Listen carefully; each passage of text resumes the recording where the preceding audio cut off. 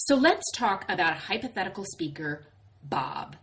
If Bob worked every single day of the year, he would be able to book 365 days. But that's not really physically possible, is it? Bob wants to take weekends off and a few weeks of vacation, especially during the holidays when it's slow anyway. And don't forget about marketing activities, administrative activities, and professional development. Bob just went from 365 available days in the year to 135, and that doesn't even include travel time. Is that a good number for you? So in this case, Bob has a total of 135 days remaining.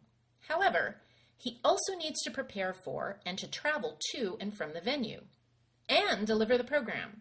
So Bob figures that for every program he gives, he needs 1.5 days for preparation and travel.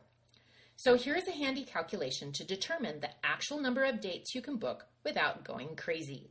You take the total remaining days and you put that over 1 plus the number of days for prep and travel for one program. So in Bob's case, it's 135 days over 2.5 days. And based on this calculation, Bob can do 54 events based on his current assumptions. Don't like that number?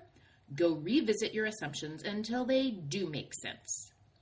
Now, Bob then compares the number of potential events, that's 54 for that year, with the number of events he did last year, which was 60, and considers the gap between the two.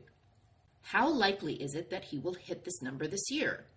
Bob thinks through his assumptions and decides 60 is a good number of bookings to consider for this upcoming year. Yep, Bob really likes 60. So let's talk money now. Let's determine how much Bob needs to run the business. So if we take a look at Bob's recurring monthly expenses, we see that he needs $6,000 a month to run the business. Then we have to take a look at how much Bob needs to keep himself in the lifestyle he's accustomed to. So if we take a look at all of his expenses on a monthly basis, he needs $7,500 on a monthly basis.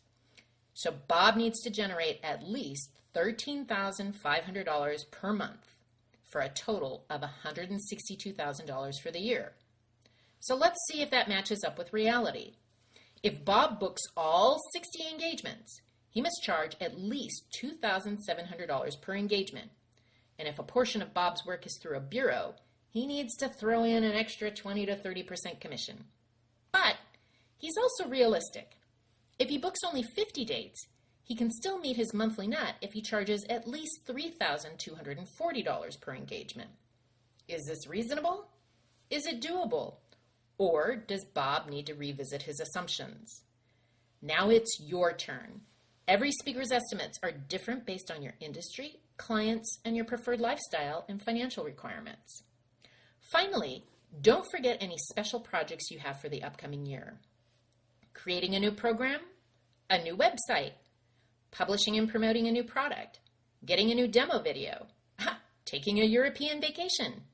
Calculating your monthly net will let you know if you can afford them both in time and money. And by the way, Bob didn't carve out any time for special projects. Created using Powtoon.